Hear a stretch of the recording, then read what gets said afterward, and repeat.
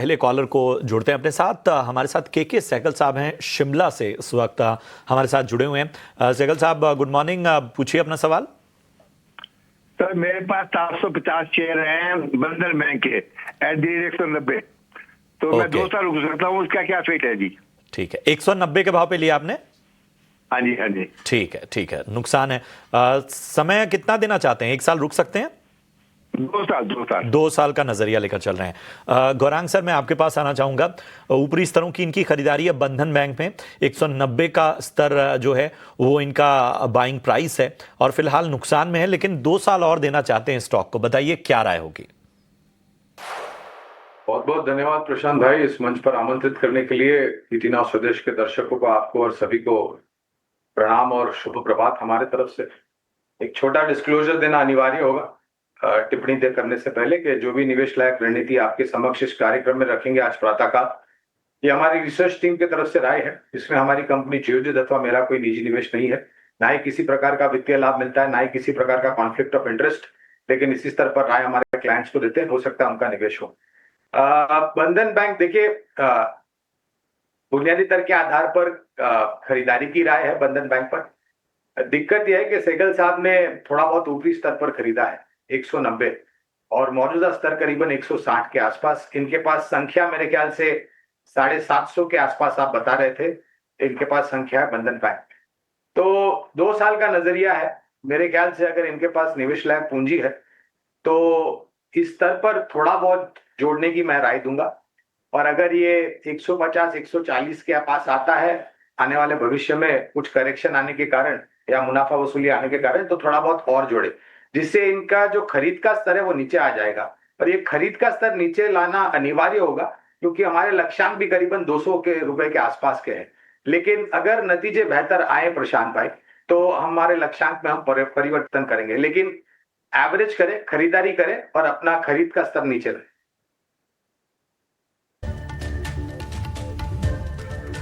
नमस्कार, आप देख रहे हैं यो स्टॉक्स और ये है एसबीआई लाइव स्टूडियो। मैं हूं आपके साथ प्रशांत पांडे और मेरे साथ मेरी सहयोगी कविता थपलियाल लगातार बनी हुई हैं, और आधे घंटे का जो वक्त है हमने गुजार लिया। आपके सवालों के कुछ जवाब भी हमने दिए हैं और इसके साथ ही बाजार पर रणनीति भी आपको बताई है। लेकिन अब आप अपने सवाल इस आधे घंटे का जो समय बचा है उसमें भी भेजिए। आपको तरीके बता देते हैं, जो स्क्रीन पर नंबर फ्लैश हो रहा है उस नंबर पर कॉल करके, व्हाट्सएप करके, मैसेज करके, जो भी तरीका आपको रास आता हो अपने सवाल भेजिए। सोशल मीडिया पर अपने सवाल भेजिए, यूट्यूब पर भी अपने सवाल कमेंट बॉक्स में भेजिए, हम बीच बीच में उन सवालों को भी शामिल करते हैं। गौरांग शाह सर हमारे साथ लगातार बने हुए हैं और लगातार बाजार पर भी हमने रणनीति दी, आपके सवालों के जवाब दिए, और इसके साथ ही हमारे साथ खास एक्सपर्ट के तौर पर भी जुड़ेंगे और बाकी भी हम आपके सवालों के जवाब देंगे। लेकिन बाजार को जरा एक बार भांप लेते हैं। तो बाजार में आज देखिए, जाहिर सी बात है कि एक नरमी साफ तौर पर नजर आ रही है। निफ्टी 25,100 के पास इस वक्त आपको नजर आता हुआ, और बैंक निफ्टी में भी एक तरह का दबाव हमें देखने को मिल रहा है। जो कल की खरीदारी थी उसके बावजूद ऐसा लग रहा था कि एफएमसीजी स्टॉक्स तो चलेंगे, लेकिन एफएमसीजी प्लेयर्स जो हैं वहां पर मुनाफा वसूली नजर आ रही है। गोदरेज कंज्यूमर, नेस्ले और डाबर, ये सभी स्टॉक्स जो हैं वो इस वक्त दबाव में नजर आ रहे हैं। तो चलिए हम खपत वाले क्षेत्र पे ही पहले गौरांग सर से राय ले लेते हैं। गौरांग सर, एफएमसीजी शेयरों में ये जो करेक्शन नजर आ रहा है या जो दबाव नजर आ रहा है, इसकी वजह आप क्या देख रहे हैं? मतलब क्योंकि जीएसटी कटौती के बाद सबसे ज्यादा निगाहें इसी सेगमेंट पे थी।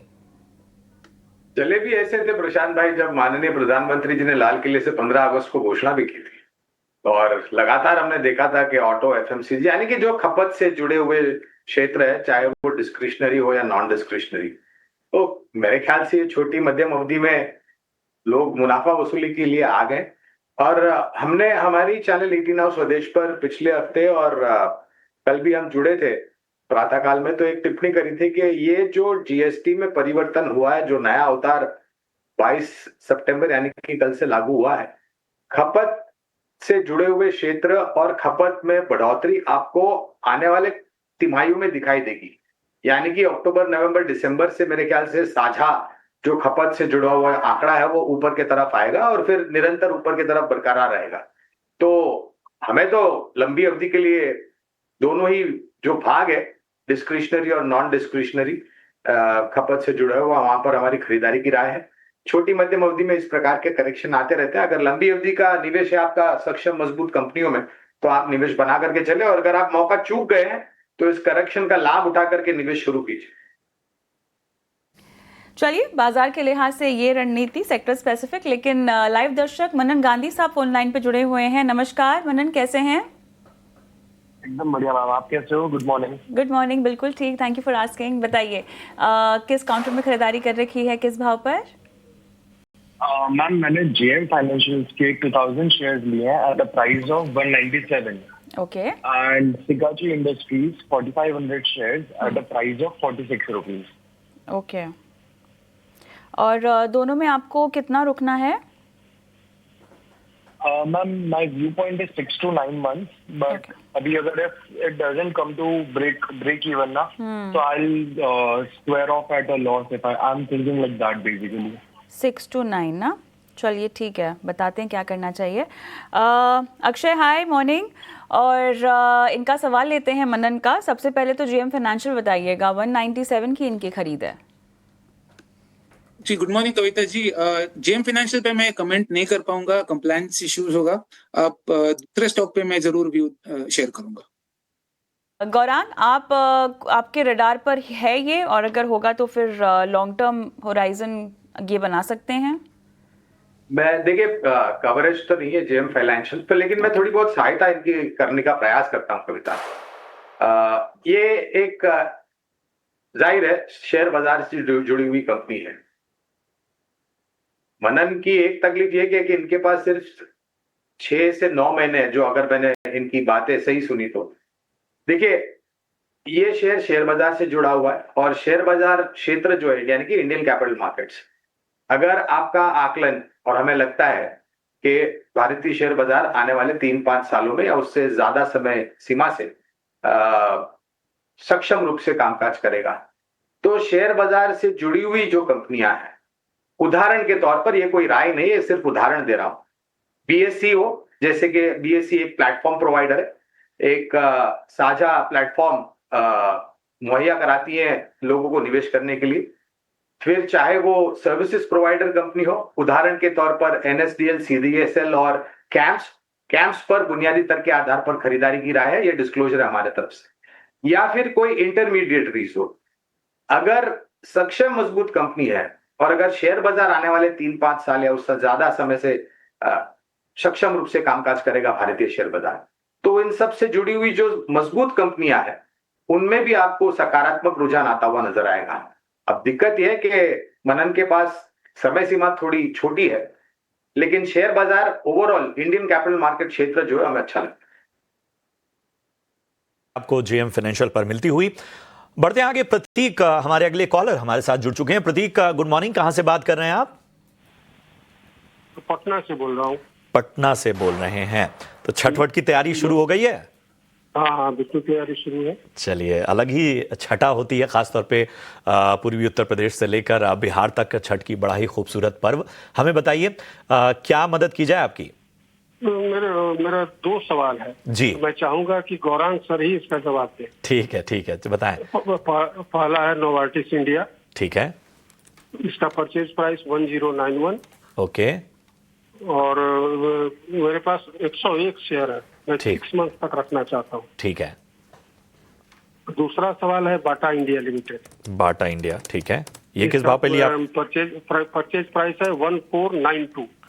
1492। चलिए, दोनों पे लंबी अवधि का नजरिया है आपका? मैं 6 मंथ ही रखना चाहता हूँ। 6 मंथ का तो नजरिया बड़ा छोटा अवधि का है। गौरांग सर से आप राय जानना चाहते हैं तो थोड़ा सा लंबी अवधि रखना।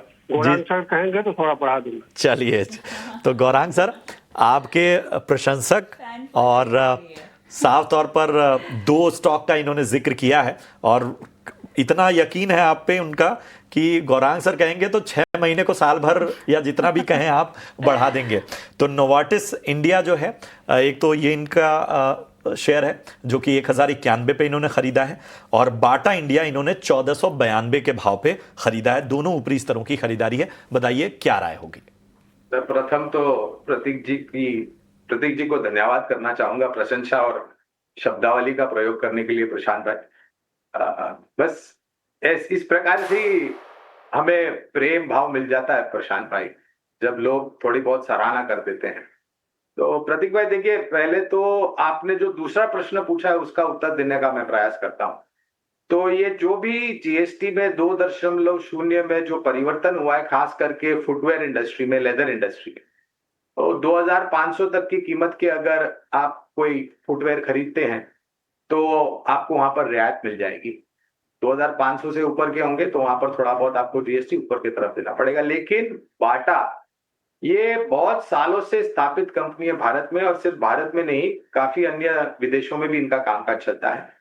बुनियादी तर्क के आधार पर हमारी खरीदारी की राय है, और लंबी अवधि के लिए प्रतीक जी। तो लंबी अवधि का तात्पर्य 6 महीने तो साल भर भी नहीं, अगर आपके पास साल भर से थोड़ी बहुत ज्यादा समय सीमा है, अगर अनिवार्य समय सीमा है और अगर आपको रुपये की जरूरत नहीं है, तो हाँ, आपको निवेश अपना बाटा इंडिया में बना करके रखने की राय देंगे, क्योंकि हमारी खरीदारी की राय है।